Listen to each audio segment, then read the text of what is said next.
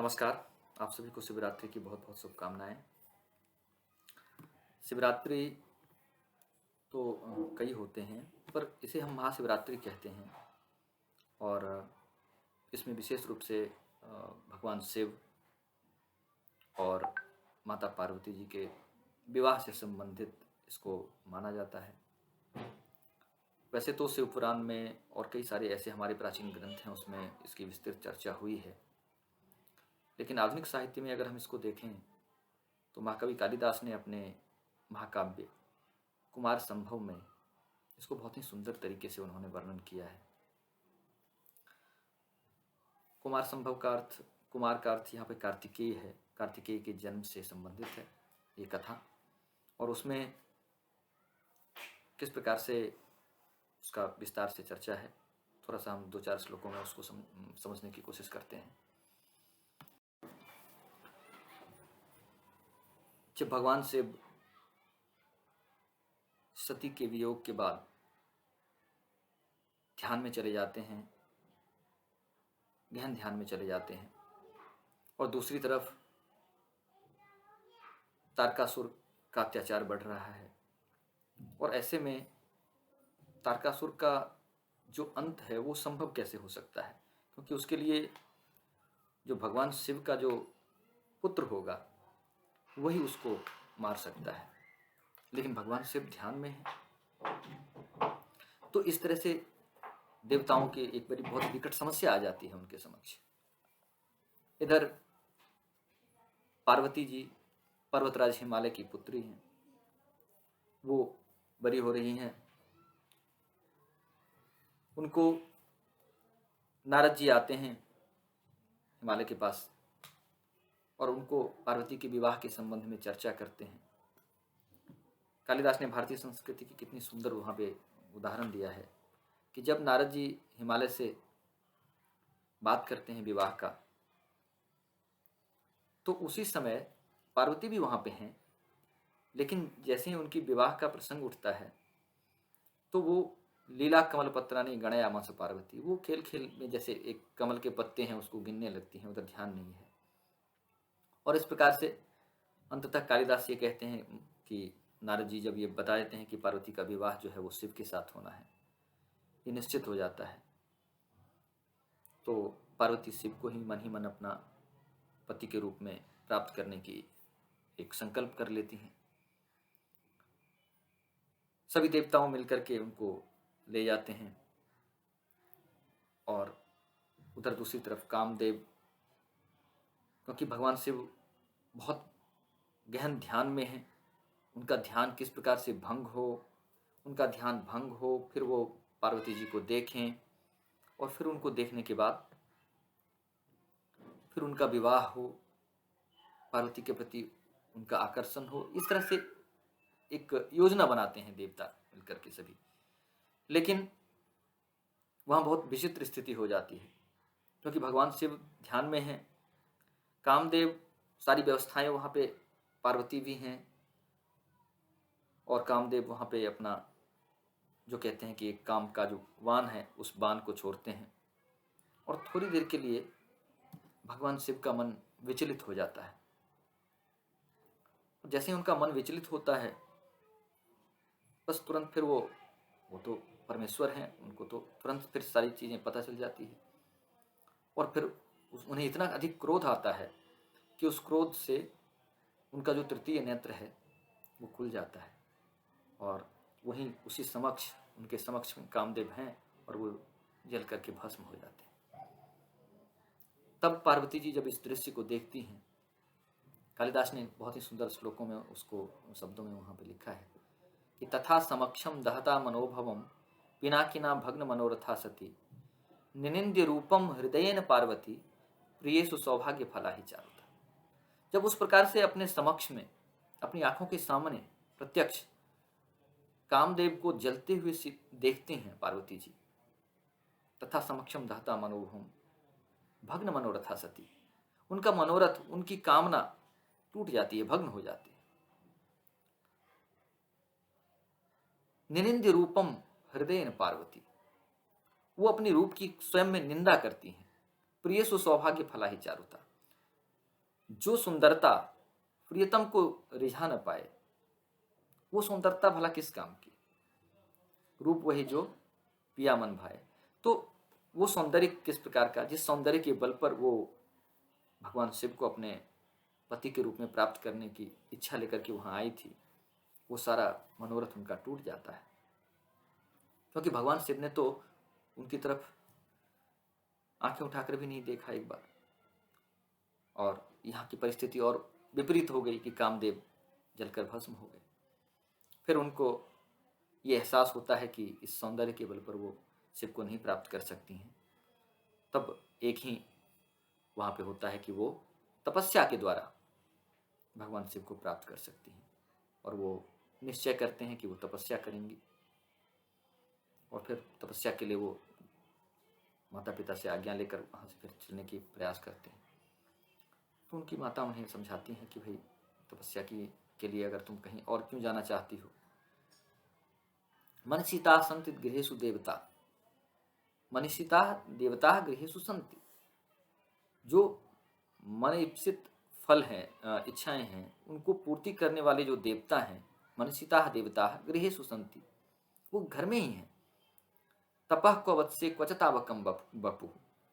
कहाँ तो तपस्या जैसा कठोर कर्म जो ऋषि मुनि योगी इन लोगों के द्वारा संभव होता है। तपः क्व वत्से, हे वत्से, क्व तपः, कहाँ तो तपस्या जैसा कठोर कर्म, क्वचतावकम बपु, और कहाँ तुम्हारा ये कोमल शरीर। तुम किस प्रकार से इस कोमल शरीर के द्वारा ऐसी कठिन व्रत को पालन कर पाओगी, ऐसी कठिन तपश्चर्या कर पाओगी। पदम सहेत भ्रमरस्य पेलवम शिरीष पुष्पम न पुनः पतत्रिण। उपमा कालिदास को संस्कृत साहित्य में बहुत बड़े बड़े कवि हुए, लेकिन उपमा देने में कालिदास का कोई जवाब नहीं है। तो कितना सुंदर उन्होंने यहाँ पे उदाहरण दिया है कि पदम सहित भ्रमरस्य पेलवम शिरीष पुष्पम न पुनः पतत्तिन। शिरीष का फूल बहुत ही कोमल होता है, तो वो भौरे के भार को तो सह सकता है, भौरे के पैरों के आहत को तो सह सकता है, लेकिन पक्षियों के भार को नहीं सहन कर सकता है। पदम सहित भ्रमरस्य पेलवम शिरीष पुष्पम न पुनः पतत्रिण। ठीक उसी प्रकार तुम्हारा जो ये कोमल शरीर है, यह तपश्चर्या जैसे कठिन कार्य को कैसे सहन कर सकता है। इसलिए हे पुत्री, तुम यहाँ घर में रहकर ही आराधना करो। परंतु पार्वती इससे नहीं मानती हैं, और वो निश्चय करती हैं कि वो तपश्चर्या ही करेंगी, और अंततः वो तपश्चर्या के लिए जाती भी हैं।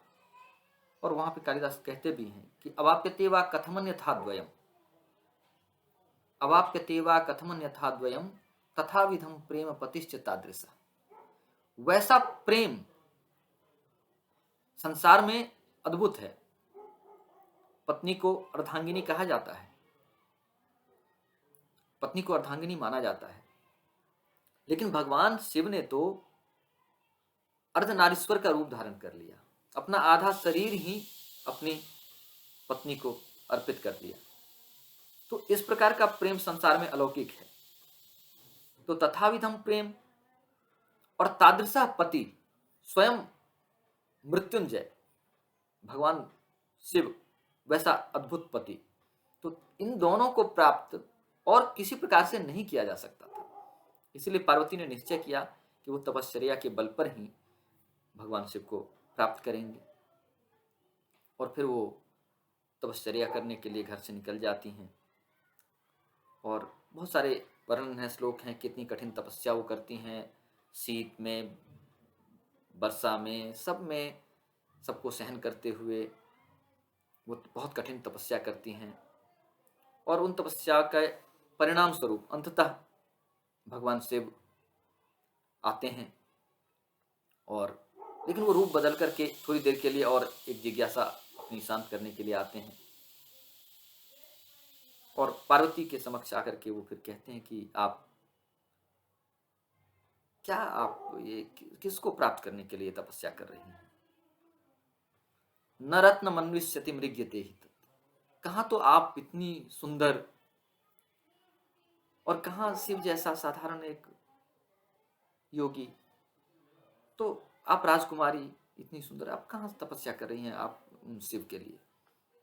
और भी बहुत सारी चीजें वो कहते हैं भगवान शिव के बारे में। वहां कहा कि भाई वरेसु यद बाल मृगाक्षी मृग्यते, हे बाल मृगाक्षी वरेसु यद मृग्यते। देखिए उपमा यहाँ भी बाल मृगाक्षी से तुलना करते हैं, बाल मृगाक्षी कहकर संबोधित करते हैं। एक तो हिरण की आंखों को आप जब भी देखें तो ऐसी चंचलता, ऐसी तरलता, संसार में इतना सौंदर्य किसी और चीज में नहीं दिखाई देता। और उसमें भी सावक हिरण, हिरण के बच्चे की आंखें, बाल मृगाक्षी, बाल मृग की आंखों के समान आंखें हैं जिनकी, ऐसी पार्वती। हे बाल मृगाक्षी वरेसु यद मृग्यते, वरों में जो ढूंढा जाता है, वरेसु यद मृग्यते तद अस्ति किंग व्यस्तम अपि त्रिलोचने। अब सभी चीजों को तो छोड़ दो, व्यस्तम अपि, उनमें से एक भी त्रिलोचन में है क्या।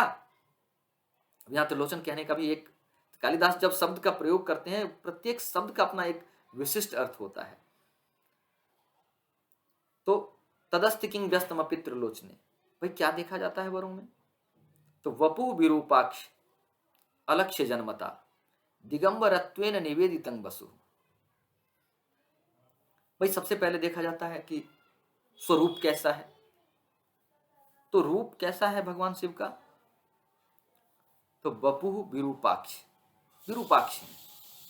भाई दो आंखें जरा सी छोटी बड़ी हो जाए, ऊंच नीच हो जाए तो उसको सुंदरता में तो नहीं गिना जाता है, रूप हम नहीं कह सकते। लेकिन भगवान शिव के सिर पे, कपाल पे एक तीसरा तृतीय नेत्र है, वो उनकी भयावहता को और बढ़ा देता है। तो वपु विरूपाक्ष, सौंदर्य ऐसा है। और अलक्ष्य जन्मता, फिर आगे कुल खानदान इत्यादि देखा जाता है, किस वंश से हैं, किस परिवार से हैं। तो अलक्ष्य जन्मता, उनके जन्म का कोई निश्चित नहीं है, कौन माता है कौन पिता है किसी को नहीं पता, अलक्ष्य जन्मता। चलिए पहला हो गया भाई स्वरूप कैसा है, दूसरा हो गया कुल खानदान कैसा है। अब एक और चीज बच जाती है कि धन संपत्ति। पहले ही कह दिया ना कि व्यस्तम अपि, उन सभी चीजों को तो छोड़ दो, जो चीजें बड़ों में देखा जाता है, वर ढूंढते हैं अगर कोई लड़की का पिता अपनी पुत्री के लिए, तो उस समय जो जो चीजें वो बड़ों में देखते हैं, तो उनमें से एक भी चीजें हैं क्या भगवान शिव में। और ये कौन कह रहा है, कि स्वयं भगवान शिव, जो कि एक ब्राह्मण का रूप धारण करके, एक तपस्वी का रूप धारण करके वो आते हैं और वो पूछ रहे हैं पार्वती से कि वरेषु यद बाल मृगाक्षी मृग्यते तदस्ति किंग व्यस्तमपि त्रिलोचने। तो दो चीजें हो गई। तीसरा उन्होंने कहा कि दिगंबरत्वेन निवेदितं वसु। भाई चलिए धन ये भी नहीं है, बहुत सुंदर स्वरूप नहीं है, बहुत बड़े कुल खानदान के नहीं है, तो धन संपत्ति। तीसरा, तो धन संपत्ति के मामले में तो धन संपत्ति की तो चर्चा ही ना करो, क्योंकि दिगंबर नाम है उनका, दिगंबरत्वेन निवेदितं वसु। अर्थात दिगंबर मतलब दिक एव अंबर, दिशा ही अंबर है जिनका, वस्त्र है जिनका, यानी कि कोई वस्त्र नहीं है। तो जिनको धन संपत्ति को तो छोड़ दो, जब वस्त्र भी नहीं धारण कर रखा है उन्होंने, मृग चर्म धारण कर रखा है या जो कुछ, तो ये चीजें हैं। इस तरह से बहुत सारी बातें भगवान शिव के संबंध में वहां पे वो स्वयं कह रहे हैं। और पार्वती जी अंत में कहते हैं कि जो महान व्यक्ति की जो निंदा करते हैं, केवल वही पाप के भागी नहीं होते हैं, बल्कि उस निंदा को जो सुनते हैं वो भी उतने ही पाप के भागी होते हैं। इसीलिए मैं अब आपकी बातों को नहीं सुनूंगी। और वो वहां से जाने लगती हैं। और अंत में जब वहां से जाने लगती हैं, तब भगवान शिव स्वयं अपने स्वरूप में आ जाते हैं और माता पार्वती का हाथ पकड़ लेती हैं। और उस समय की जो स्थिति है, बड़ा सुंदर कालिदास लिखते हैं कि शैलाधिराज तनया नययौ न तस्थु। जिस प्रकार से एक बहती हुई नदी अपने वेग में बहती चली जा रही है और अचानक से उसके सामने में एक बड़ा सा चट्टान आ जाए, उस वक्त जो उसकी स्थिति हो जाती है, ना वो आगे बढ़ पाती है ना वो पीछे लौट पाती है, वही स्थिति अभी शैलाधिराज तनया पर्वतराज पुत्री पार्वती की स्थिति अभी वही हो गई है। न ययौ न तस्थु, न वो जा पा रही हैं न वो रुक पा रही हैं, क्योंकि जिस भगवान शिव को प्राप्त करने के लिए उन्होंने इतने कठोर तपश्चर्या की, अब वही भगवान शिव स्वयं उनके समक्ष उपस्थित हैं और उन्होंने उनका हाथ पकड़ रखा है। और फिर भगवान शिव स्वयं कहते हैं कि हे पार्वती, अद्य प्रभृति, आज से अद्य प्रभृति वनतांगी तवास्मि दासः कृतः तपोभिरितिवादिनी चंद्रमौली अहनायसा निजमयम क्लवमुत्सर्ज क्लेशः फलेन हि पुनर्नवताम विधत्ते। हे पार्वती, अद्य प्रवृत्ति, आज से लेकर, कृतः तपोभिः, तुम्हारी तपस्या के द्वारा खरीदा हुआ तुम्हारा मैं दास हूं। अद्य प्रवृत्ति वनतांग तवास्मि दासः कृतः तपोभिरितिवादिनी चंद्रमौली। जब भगवान चंद्रमौली, भगवान शिव स्वयं ऐसा कहते हैं तो अहनायसा निजमयम क्लवमुत्सर्ज, वो बहुत एक गहरी सांस जैसे छोड़ती हैं माता पार्वती वहां पर, क्योंकि जब किसी बड़े लक्ष्य की प्राप्ति के लिए बहुत कठिन परिश्रम करना होता है और जब वो फल प्राप्त होता है तो उस फल को प्राप्त होने के बाद क्लेशः फलेन हि पुनर्नवताम विधत्ते, उस फल की प्राप्ति जब हो जाती है तो वो सारा परिश्रम, वो सारा क्लेश जो है वो दूर हो जाता है। और इस प्रकार से भगवान शिव और पार्वती दोनों का उनकी प्राप्ति होती है।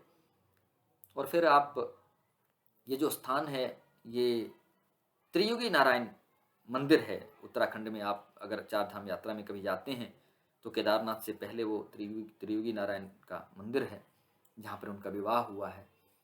वहीं पर उनकी वो तपस्या स्थली भी है जहाँ पार्वती ने कठोर तपस्या की है और इस प्रकार से उनका विवाह होता है। फिर कार्तिकेय का जन्म होता है और आगे कार्तिकेय एक सारी कथा है उसमें। तो इस प्रकार से आप सभी को एक बार पुनः बहुत बहुत धन्यवाद, बहुत बहुत शुभकामनाएं।